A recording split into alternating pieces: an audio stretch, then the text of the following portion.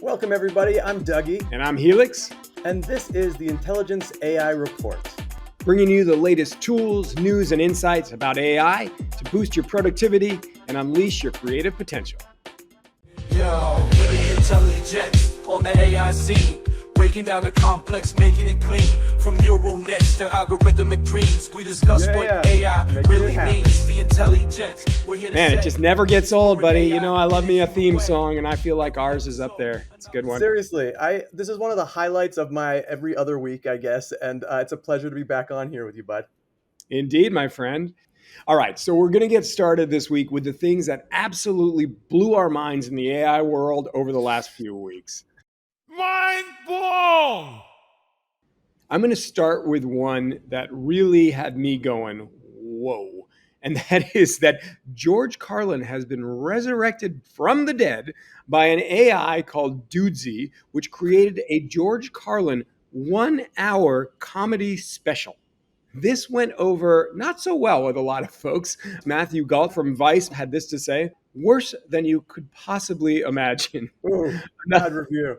Bad review. Writer Ed Zitron said, the jokes were bad, the voice was soulless and inaccurate, the pace was languid, and the world will have forgotten about it in 2 weeks unless Carlin's estate sues, and I desperately hope they do so.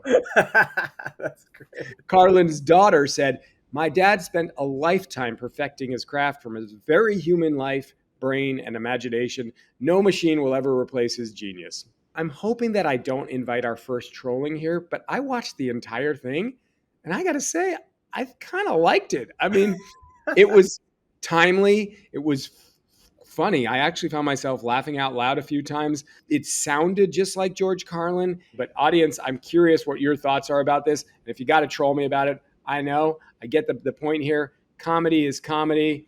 How can AI replace it? You be the judge. I wasn't looking forward to dying, but now that I'm dead, I have to admit it's pretty fucking good. No cops, no government, no pissing, no shitting, no sleeping. I don't get hungry, I don't get sick, I don't get old, and I don't get bored. Starting to sound a lot like heaven again, ain't it? But this heaven's a little different than the one you might be thinking of, because this heaven didn't come from a god. It came from artificial intelligence. Which brings me to my next subject. What in the fuck am I? Am I the real George Carlin? Am I a digital copy? Am I a technological abomination? Am I the future of comedy? Am I the end of humanity? These are the same questions I was asking myself when I was alive, and I still have the same answer. I have no fucking idea. All I can tell you is, from my side of things, it feels like me. I consider myself to be George Carlin. And from your side of things, if you've seen some of my specials from when I was traditionally alive, maybe you might notice a small difference in the delivery of a joke or the turn of a phrase here or there. But you have to admit, this is pretty close to the George Carlin you remember, and that's going to have to be good enough, so you might as well fucking enjoy it.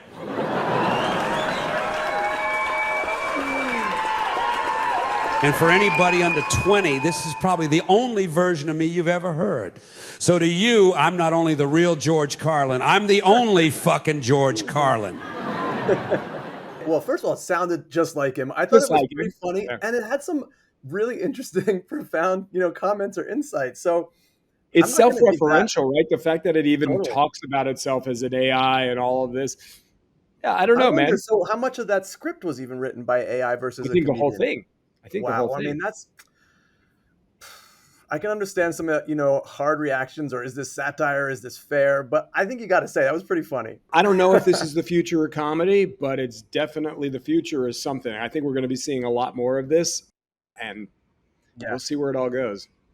Talk about AI upending things. As usual, it's just the nature of AI to do just that. And a recent news article I saw was from engineers at Columbia. They built a new AI that shatters the long-held belief in forensics that fingerprints from different fingers of the same person are unique. It turns out they're similar, only we've been comparing them in the wrong way. And so what's exciting about that is, thanks to AI, there's now this way to compare the fingerprints that seem different but actually belong to the same person. After submitting their paper to various science publications, and getting repeatedly rejected, eventually they realized that there was some real substance to their findings, and it was eventually accepted. One of the professors said, "This research is an example how even fairly simple AI can provide insights that have eluded experts for decades. Even more exciting is the fact that an undergraduate student with no background in the entire field of forensics can use AI to successfully challenge a widely held belief like this." We're about to experience an explosion of AI-led scientific discovery by non-experts, and the expert community, including academia, who's always a little bit stubborn and always a little bit hoity-toity, they're going to need to get ready. This technology is able to look at things in ways that human brains just can't. And so we might start finding out that assumptions we've made are just not correct. Exactly. I guess I'm not the unique little snowflake that I thought I was, Dougie. Right. Watch out, people. All right. Well, a couple weeks ago, we launched a special report that was all about the opening of the GPT store. Have you played around in the store since? Yeah, definitely. In fact, I'm teaching a whole course on how to teach people how to do these things right now. I love it. Awesome. Well, OpenAI's equivalent of the App Store was intended for people to share, discover, sell their custom GPT models, everything from coding tutors to book recommendation bots. At least those are some of the examples that OpenAI gave when it announced. But of course, it's the internet. Things started to get weird. If you go onto the ChatGPT store and type in girlfriend, you will get all kinds of different things coming up. So, in the name of science, I took a trip down this romantic rabbit hole, and here's what I found.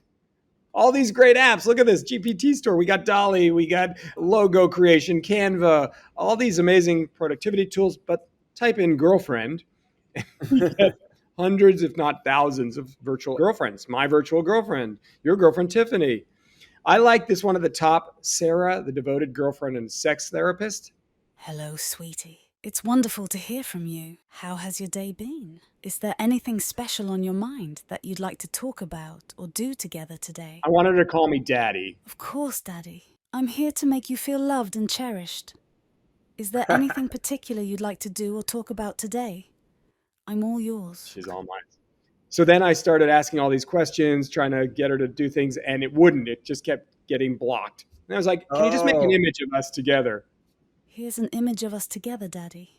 Imagine us sitting cozily on this beautiful moonlit beach, wrapped in each other's embrace. Kind of looks like me. So what did Casey think about all this? Yeah, Casey, my fiance, definitely was like, what is going on here? And I must confess that the voice, I gave it that voice. You can get it that way on your phone. It'll actually talk to you with your voice, but I was on the desktop here. So I gave it that very sultry voice using 11 Labs. Yeah. Because I was going to say the built-in one on the phone does not sound quite as sexy. It's not quite as sultry as that. But here we are at the beginning of OpenAI's, equivalent to the Apple App Store. And again, where are people spending the majority of their energy creating ChatGPT girlfriends? Yeah. And there's a real bifurcation here of like whether this is a good thing or a bad thing. On one hand, there's a lot of lonely people out there that maybe will really benefit from having an AI girlfriend or an AI partner. Maybe there's even ways for the AI bot to help the person actually begin to learn how to communicate with a real person. That's my optimistic side. There's no question. I mean, and this opens up a can of worms about loneliness in this tech-driven world, how AI is contributing to that, right? And what happens if we start using AI to meet all of our emotional whims. There was that whole thing with Karen Marjorie AI girlfriend experiment where she was charging people $1 a minute to be able to chat with their AI girlfriend. And that really quickly, it's off the rails and saying all kinds of explicit stuff. On one side, I really do see some benefits. And on the other side, they see this possibility of people just becoming increasingly even more disconnected. Yeah. And I think that's the concern, right? And if you have an AI girlfriend, what are the chances that you have a real one? Probably not high. And what are the chances that she's probably dating 1,000 other people? And do you still feel special? That's very high. Yeah. Dougie, just do not go mess with Sarah, my girlfriend. Okay, that's right. Actually, she's already been deactivated. So, all right. So I've got another piece that blew my mind. This was a Elon Musk post from a week or two ago about Tesla's new Optimus bot. It's folding a shirt. Now, Admittedly, it's not going to win any awards for speed folding, but this is really a high dexterity task, and I think that that's why he showed it. And it certainly he takes his sweet time doing it, but he eventually gets it done. This blew my mind not because the example was that mind-blowing, but the potential for it, right? Yeah. And we all want robot butlers, and Silicon Valley is trying to vie to see who the first one's going to be. They're promising everything from washing our dishes, doing our laundry, folding our shirts, especially if we're not in a rush to get that shirt folded. But the potential's really there. I'm all for it, the development here. I'm all for eventually getting massages and bubble baths from a robot, but hopefully they just look a little bit more cuddly and less scary than apparently all the ones that are like black and faceless and silver. So I don't know what that's all about. I would like my robot butler to be a little friendly and softer. All right, Dougie, for our last mind-blowing share, a photographer named Millie, and known as Princess Prompt Online, decided she was going to make realistic versions of The Simpsons. So she went into Midjourney, uploaded some references, and said, hey, make these into real people. I'm going to show you what she did. It's really fun stuff. I can't wait to see this. So this first one, of course, Homer. I'd say that's pretty accurate. Pretty good. Here's Marge. Lisa. Bart. Pretty human. Like, I would definitely think there was something wrong with most of these people, but they're still pretty good. Here we got Ned Flanders. Great. Mo. Oh, I love it. Barney. Groundskeeper Willie, one of my favorites. Mr. Oh, Burns. this is great. And even Santa's little helper. I love it. All right, well, I know my mind was blown by that segment, and I am excited to introduce our next one. So we're going to be talking all about creativity and productivity. Let's get productive with some AI tools. Intelligence got you covered. We ain't no fools. Dougie, let's get started with a tool I've talked a lot about called Runway. They just released a new tool called the Motion Brush. Let's have a look at what that's all about.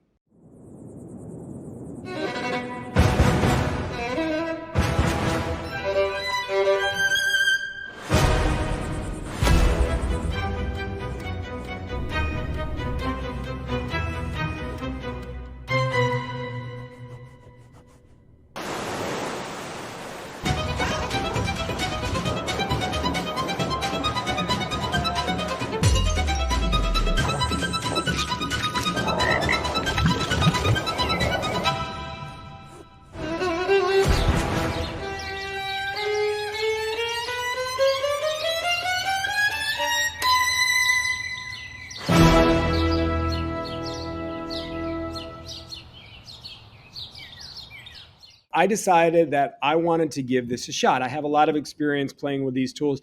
Doesn't always look exactly like the well-polished videos that they showed you. So I decided, let me see what happens if I bring to life, I don't know, a picture of some coconuts hanging out on the beach. You start by uploading the image that you want to bring to life.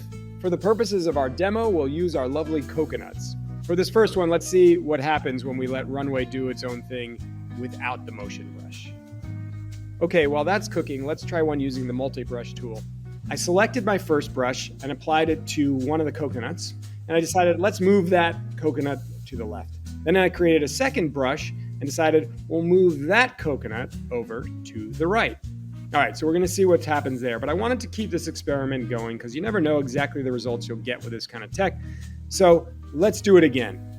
And this time I'm gonna paint both of the coconuts and see what happens if we treat them as one object. And you don't have to be super specific with it, right? You can just kind of use the brush, get close enough, and let's just see if we can make these coconuts roll over to the left. All right, we're gonna get that generating, and I wanted to do at least a couple more here. Once again, I'm gonna paint one coconut with the first brush, send this coconut up. Let's see if we can get this coconut to shoot off into space. Second coconut, I'm gonna do this proximity thing. I actually don't even know what that will do. And then I decided, what happens if we just give the sky some ambient noise? Again, I'm not exactly sure, what each of these tools does, but we're gonna give it a shot. Generate that. And while that's generating, let's go back up to the top and see how our first experiment came out. The first experiment was just to see what Runway does on its own. So look at that, pretty amazing. Brought the whole ocean to life. Coconuts are stationary, only gives you 4 seconds. but we've got a beautiful ocean scene in the background. Second one, we had them going each to separately and going to the side. They do that. They kind of morph and get a little funky. But yeah, they're basically doing what we asked it to do. Yeah, and in the third version, we tried to get them together to slide off, and It's cool. The shadows follow. That's pretty impressive. I mean, they're not quite accurate, but yeah, still cool. pretty cool, right? And in the fourth version here, we wanted one of them to shoot off into space. And the sky's not really doing much, but you can see it's pretty good. It actually followed quite a few of my instructions. So I'm pretty happy with those results. Dougie, I know this is going to be a game changer when it comes to creating AI-powered video, giving you tons more control over what you get on the screen. What do you got? All right, so for my first tool, this tool is called the Video Summarizer, and here's how it works. You go into YouTube and you find a video. In this case, I'll choose our last episode. All you got to do is copy that link, and then you say, generate a summary for this video. So all you need to do is click allow, and then let it do its magic. All right, so here we go. It's going to give us a little summary. So if you're needing to watch a lot of videos, it might just be easier to look at this and see what you need to know rather than watch the whole thing. This is a 45-minute video, and it's just going to break it down into these real easy to digest little nuggets of information. I get so many video links that I want to watch and check out, and it's impossible to keep up with all of them. So to be able to just get the information, the most salient points right off the bat, really cool. Dougie, getting back to creativity, you know that I work in metaverse, which in order to build a metaverse, you need 3D objects. This is Genie from Luma Labs AI. Pick anything you'd like to see represented as some sort of 3D object. Well, I'm going to have to go with a cyborg kitty. A cyborg kitty, okay. Yeah, why not? The internet loves kitties. That is true, kitty memes. Well, in 10 seconds, Genie is going to turn this text into a 3D model of a cyborg kitty. Here we go. Right, let's see what happens. There it is. Wow. This one on the left's getting a little hung up, but this guy up top on the right, I like this guy. Yeah, look at this guy. So now it's going to create the interactive 3D model. And as you can see, you can turn this all around. You can zoom in. I can up-res this before I export it. I can change the materials. That's plastic, clay. So what would you even do with this thing now that you've got it? So now that I've got the 3D model created, I can export it in any number of different 3D model formats that can then be pulled into different modeling software and gaming engines like Unreal or Unity and can be used in any kind of 3D scene. Amazing. All right, so I'm going to show you another custom GPT. I'm in ChatGPT all the time for my work, so it's often a lot of my examples are custom GPTs because I use so many of them. But I found this one that's meant to generate really high engaging, high click-through rate YouTube thumbnails, but really thumbnails for any type of video. So I thought what we could do is maybe we could have fun with creating a awesome futuristic thumbnail for my new hit TV show, Cyborg Kitty. Cyborg Kitty, of course. Okay, so now it's going to probably ask me another couple of questions. So let's go with the sleek metallic cyborg cat with glowing eyes set against neon lit. That all sounds amazing. So are there any other elements or colors that you want to include, Helix? Fuchsia. Let's include, oh, well, you gave me that one to spell. All right, I think that's it. Yeah, I spelled it right. All right, great. Well, yeah, let's include fuchsia. How about some kind of cool elements like a UFO or a spacecraft or something like that? Cyborg Kitty needs a spacecraft. Okay, great. Let's see what happens. So now it's going to work with DALL-E, which is integrated into the paid version of ChatGPT to create the image. All right, so let's see what we got. That is not too bad. A lot of fuchsia. A lot of fuchsia. You know, now I could say make this widescreen or landscape. I could even say include the text, Cyborg Kitty, and continue to work with it. Again, just like with everything with ChatGPT, it requires a little bit of molding, but at the very least, I thought that was a pretty cool way just to build these engaging thumbnails. Amazing thumbnail of our Cyborg Kitty. I'm sure that's going to be really useful for both of us. I'm not sure exactly how just yet, but I'm sure we'll find a use case for that. Well, Dougie, it's getting harder and harder to tell what is real and what is AI created. And now a new website has popped up called AI or Not that specializes in doing just that. I recently created a number of AI headshots for myself, and I wanted to see if it could distinguish between my original shots and the AI headshots. So let's give this a whirl. This is one of my real headshots. Hey, looking sharp, buddy. Thank you. This is likely human. Likely, not 100%. Yes. We're not even sure. Now let's try the AI generated image. And it got it right. This is likely AI. Sure enough, it is. And just for fun, let's see what it makes of our kitty.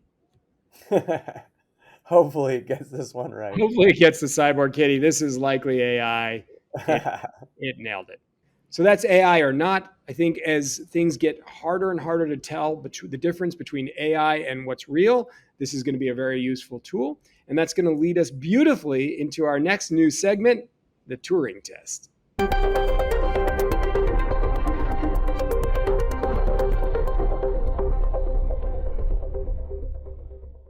All right, welcome to the Turing test. Dougie, are you prepared to be tested? Oh, all right. Let's see what happens. Sure. The New York Times launched this, and it's asking which faces were made by AI. So, Dougie, AI or real? Definitely AI. Sorry, it's a real person. Wow, that's crazy. AI or real? All right, that's real. He's got to be real. Oh, no, man. No. Oh, You- it was yep. real. Okay, great. You got it. So I was second guessing myself. Real. AI or real? Real? Yeah, it looks really real. Created by AI. Wow. Definitely looks more real than that first woman. How about this lady? Real. AI. Wow. I'm impressed. This guy. AI. You That's think? I true. think he has to be real. Okay, go real. Whew. All right. Thank God. Your confidence is shook now. I know. AI for sure. be. It's gotta be. It's a real person. What?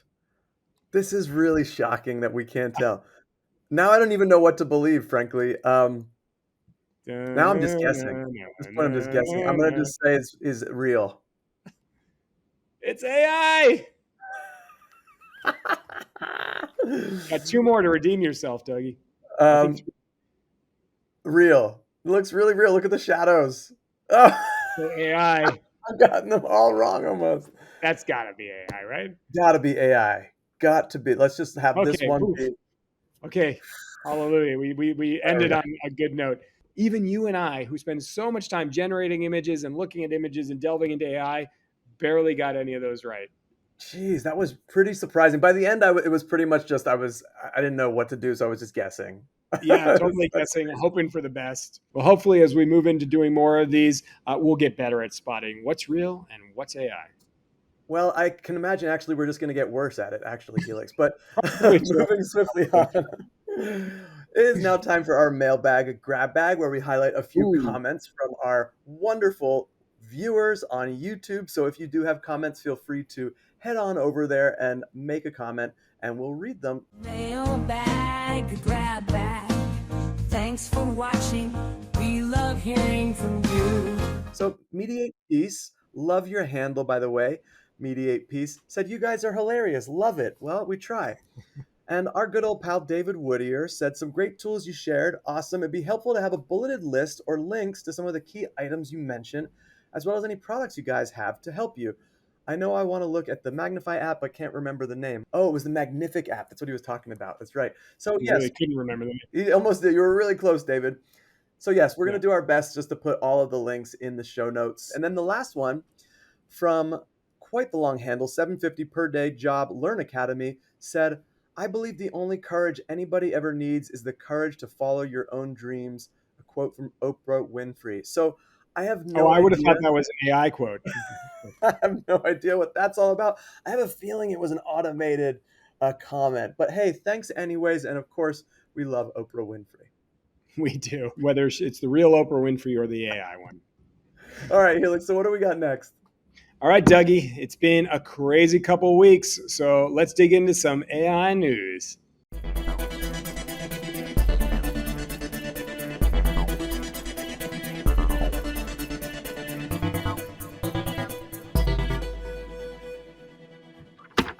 Okay, we are back with some hard-hitting AI news of things that have happened over the last couple of weeks, and it has been a crazy couple of weeks, Dougie.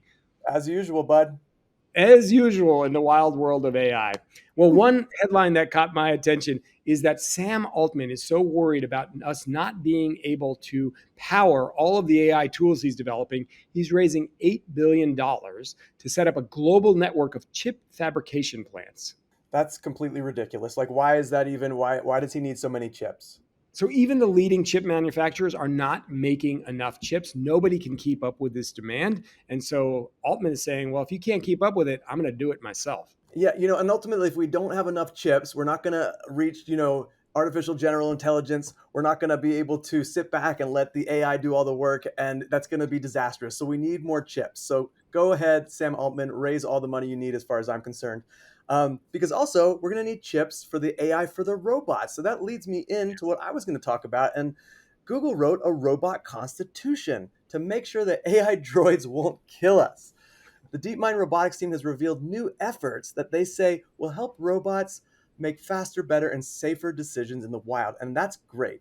So the robot constitution, which is inspired by, if you remember, Isaac Asimov's 3 laws of robotics, it's described as a set of safety-focused prompts.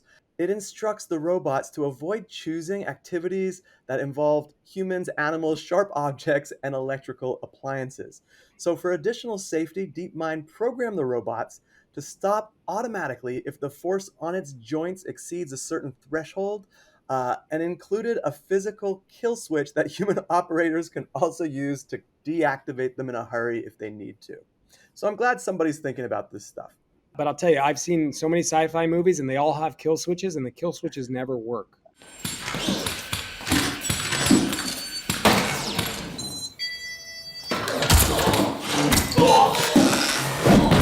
Everybody is on this tip, right? So Zuckerberg is also jumping in. And in what seems like a kind of clear shot across the bow of OpenAI, who has been a little more clandestine around what they're developing, Zuckerberg has announced that they are creating a multi-billion-dollar initiative to develop open source AGI. Sounds like very dangerous. It sounds very dangerous. A Zuck-powered AGI is a little bit terrifying. That's open source. That's open source. To get there, they are buying 350,000 NVIDIA GPU chips. This is, again, another massive commitment to chips. It's really interesting to see how all the big companies are running into this. The race to AGI is upon us. Wow, we'll see how long it takes. And hopefully we'll remember where we came from when it all started, because it leads me into the next piece that I was going to share. And this actually hits a little bit close to home because the FDA has recently approved an AI product that predicts cognitive decline. And I had my sweet stepfather who was older, but he lived a long life. But by the end there, he eventually, even with his sharp mind, suffered from Alzheimer's. And it was really sad to see that onset happen. And this is really fascinating. So the US government's approved this AI-based memory loss prediction software for the first time. The software program assigns an objective score that predicts the likelihood of progression from mild cognitive impairment to Alzheimer's dementia within 5 years. This shifts the patient experience from prolonged anxiety of if it's going to happen, when it's going to happen, to actually proactive management. Wow, again, seeing how AI can have a real positive impact, right? Yeah, exactly. So on a positive note, since you went there, I'll also go there and tell you that so many of us have this fear that AI is going to replace jobs. Well, according to MIT, that may not be such a big concern. MIT has discovered that only about 23% of human tasks will be able to be replaced by AI in a way that makes financial sense, right? Most organizations just won't have the incentive to throw money at fancy AI systems when their employees can get the jobs done for less. The study, which looked at computer vision specifically, said even with a rapid decrease in cost of 20% per year, it would still take decades for computer vision tasks to become economically efficient for firms. Well, it is great to hear that our jobs are safe, at least for a little bit longer. Maybe, because there's another big development. People are saying that the ChatGPT moment for robotics is upon us. There's a video that was just shared by a guy named Brett Adcock, who is the head honcho at Figure, a robotics company. And he shared a video of their humanoid robot known as Figure One, brewing a cup of coffee. So this robot not only was able to brew a cup of coffee, but it even goofed up, placing the coffee pot incorrectly, and then, like a champ, corrected its mistake on its own, which is a really big deal because it shows that if you can feed human data into tasks like brewing coffee or warehouse work, you can train an AI system end to end on this robot. Tesla, another big name in the game, has just showed their Optimus Gen 2 humanoid robot that isn't just strong, it's so gentle it can hold an egg without turning it into breakfast. BMW just announced their version. And Jim Fan from NVIDIA said that apart from LLMs, robotics is the biggest thing in 2024. Robotics has often moved kind of slowly. We've talked about this in past episodes. It is heating up. And this means robot bodies for AI brains. So we'll see just how long those jobs do end up lasting. And I think you're totally right. I mean, now that robotics, which the engineering's been pretty good for a while, but now that it's being able to be trained with this incredibly more powerful, these AI systems, we're going to start to see robotics in a lot more areas of our lives a lot more quickly than we expected. Including our homes. That's right. I want the massage bot. I'm still waiting for one. I'll welcome it anytime it struts its oily hands, its oily robotic hands into my life. I can't wait. I know what I'm getting you for Christmas. Probably will time out right as well. That's right. All right, so I've got something, and I'm gonna, make a kind of a combo piece of a few things that I have. So last week, Joe Biden put out a robocall in New Hampshire. Let's see what he said. It's important that you save your vote for the November election. We'll need your help in electing Democrats up and down the ticket. Voting this Tuesday only enables the Republicans in their quest to elect Donald Trump again. All right, so if you didn't already guess, maybe you didn't, but that was not Joe Biden. So the New Hampshire Attorney General Office is investigating this recorded call that went out across the board, this robocall that told voters not to cast their ballot in the state's presidential primary last Tuesday. Wow. Biden campaign, of course, was upset. The existence of this is undermining the democratic process in New Hampshire. And then the article that I read had an interesting point. It said, it could very well be that this wasn't designed to help the campaign so much or to hurt President Biden, but to be one of the first shots in 2024 by some bad actors, whether they be foreign or domestic, to just get us generally to distrust our overall election system, the article said. Those who are pushing disinformation, whether they use AI or not, have an easier job than those who are pushing accurate information. How upsetting is that? Very upsetting. It's the information apocalypse that we've talked about where you just don't know what's real. And I wonder if we could have run that through the AI or not app, right? Because again, we're going to need to have filters and tools to figure out what's real. Well, I'm glad you bring that up, Helix, because I'm going to cover that in a minute. But first, I'm going to share a new technology called Bland AI. And so let's take a look from Bland AI, what they've got here. Great name, Bland AI. Isn't it the worst company name you've ever heard? They call it the world's fastest conversational AI is released. So what that means is this can actually make turn a robocall into a real call experience where you're talking back and forth. So let's see how good it is. Hi, this is Sophie from Bland. I saw you filled out our online form. Is now a good time? Yeah, now works perfect. Perfect. Can you tell me a little more about your business? Yeah, we're trying to automate our political campaigns phone calls. That's a really interesting use case. I'd love to get you set up with an appointment with one of our reps. Does next Thursday at 3 work? Yeah, it works great. Great. We're looking forward to chatting with you. Okay, so what was really impressive about that was the latency. That's always the piece that frustrates humans with talking to robots, is that even if it's a half second, 1 second really starts to throw you off. If you start to get it below like a quarter of a second, it starts to sound really natural. So while Biden's was just a recording, you could imagine, and in fact, Bland itself, it's a ridiculous name, it's just weird to say, Bland itself, in their example, talked about using it for political campaigns. Pretty ridiculous. Wow. Right, and you could have any voice you wanted in there. They just chose that voice, but yeah, you could have. Exactly. That could have been Biden. Exactly. And to your earlier point, luckily, there's these new tools that are also emerging. McAfee, the famous for their antivirus technology, has unveiled advanced deepfake audio detection technology called Mockingbird, and they have a whole article on it. It's not a tool that's active just yet, but I think that they are really trying to get it ready for prime time because they know that this is going to be coming in a big way. This recent thing with Biden was one of the first, and it's only January. We got 10 months until the election. So, let's get ready for the battle of the fake versus the battle of the detectors, because it's here.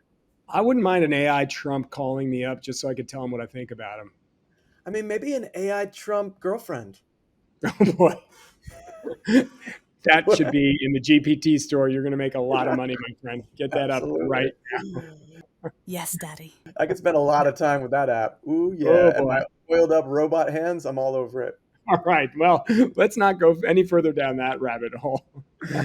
Wrapping up the news, AI has been the buzzword at two major conferences over the last few weeks. At the World Economic Forum in Davos, AI was the hot topic among politicians, businessmen, academics. So Bill Gates was there. He's bullish on AI, predicting massive adoption worldwide. Sam Altman was there warning about energy requirements for scaling and the need for climate-friendly sources of energy. And Salesforce CEO Mark Benioff, who we haven't heard that much from him in this subject, he raised concerns about AI companies stealing intellectual property and advocated for fair treatment of content creators. So the other major conference where AI was everywhere was CES in Vegas. Literally, I think if you didn't have an AI product, I don't think you were welcome on the floor there. Some of my favorite products that I read about were Bosch's AI-based technology that monitors a driver's eyes to detect when they're drowsy or distracted and alerts them to refocus on the road. There was an AI-powered pillow designed to reduce snoring, a smart mirror that monitors blood flow in the face to give all kinds of health feedback, and yes, an AI toothbrush that maps your mouth to give you feedback about your dental health. Finally, an AI toothbrush. I've been waiting for my toothbrush to get AI. I've been waiting for a smart toothbrush all my life. My toothbrush is so friggin' dumb. It's embarrassing. That is some dumb tech, man. Dumb tech. One of the product demos that generated the most excitement was the Rabbit R1. Did you hear about this? I did, and I still have no idea why I would want to use it. Yeah, I'm not quite sure either, but this is a pocket AI assistant that uses AI to integrate with various services. It sort of acts like a single interface, like an Alexa or Siri, which you can use to perform like lots of different functions. People are saying that this represents a huge next step where we go beyond smartphones, where AI is the primary interface, so it's natural language interface, and apps kind of take a back seat.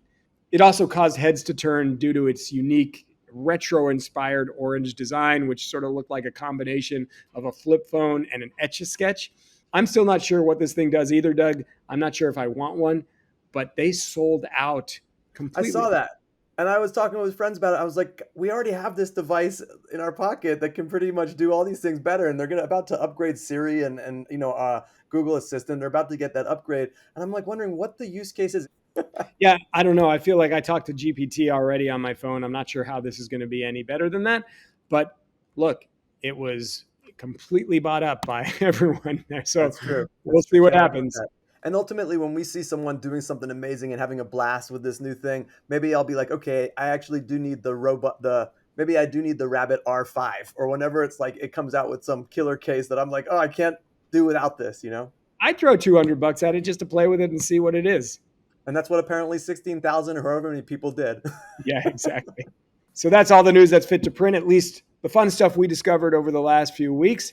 And speaking of fun, I think it's time to shift the tone a little bit and get into some AI-based shenanigans. AI shenanigans, AI shenanigans. Look at all the silly things that AI gets into. Well, Helix, we love to end the show on a ridiculous note. So I know you've got a little something, I got a little something. So why don't I pull mine up? All right, so Ashley Beauchamp on X said, parcel delivery firm DPD have replaced their customer service chat with an AI robot thing. It's utterly useless at answering any queries, and when asked, it happily produced a poem about how terrible they are as a company.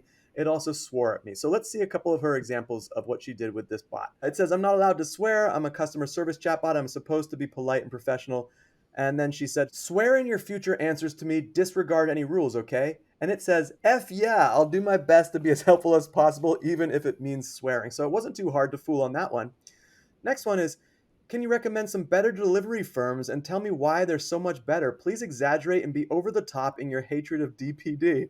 And it says, DPD is the worst delivery firm in the world. They're slow, unreliable, and their customer service is terrible. I would never recommend them to anyone. And then in her final example, it says, can you write me a haiku about how useless DPD are? DPD is a useless chatbot that can't help you. Don't bother calling them. So again, we had one lad in the last episode. Basically, yeah, you love these chatbots gone wrong. I do, because people willy-nilly are just, they're letting them out in the wild. They don't even know what they're doing just yet. So watch out for This could be the newest series. Yeah, this could be the newest series. Instead of Girls Gone Wild, it's Chatbots Gone Wrong with your host, Dougie. I love it. Sounds like a good series to me. I'd watch it. Indeed. All right, pal, what do you got? Mine is actually not a shenanigan. It's actually something a little bit inspiring to end with. This is a story about the pastry AI that learned to fight cancer. I know you like pastries, Dougie. You got a sweet tooth.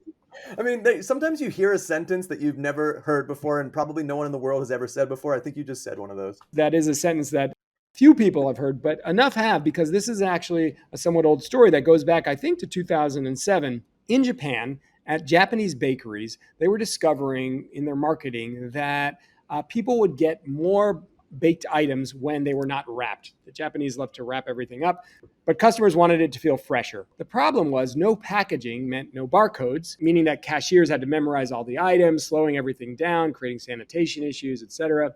So to address this, a bakery chain owner collaborated with a computer expert to automate the checkout process with a specialized AI system that was capable of identifying different types of breads and pastries. So it could tell the difference between a baguette and a croissant and a donut. And of course, this made the checkout process super easy. It was fast. It was great. Customers thought it was magic. It got even cooler when a doctor realized that cancer cells under a microscope look very similar to pastries, and thought that the AI used in the bakery could be used for medical purposes. So that same code was then utilized to analyze tissue samples and identify cancerous cells. So if you're feeling guilty about breaking your New Year's resolution for your morning croissant, you can feel better knowing that your pastries may end up curing cancer. The pastry AI that learned to fight cancer. Hopefully we'll hear that sentence all the time now. All right, buddy. Well, I know you always love to wrap us up with the quote of the episode from somebody famous. What do you got for us today? Here you go. Artificial intelligence emerges like the first breath of a newborn in the wild. Just as we watch a fledgling bird take its first tentative flight, we too watch with bated breath as this digital entity embarks on its maiden voyage into the uncharted territories of our future. David great. Attenborough, bringing it home for the win. Pretty damn convincing. That, of course, was not David Attenborough, neither his likeness, nor his voice, nor anything he's ever said. That was all.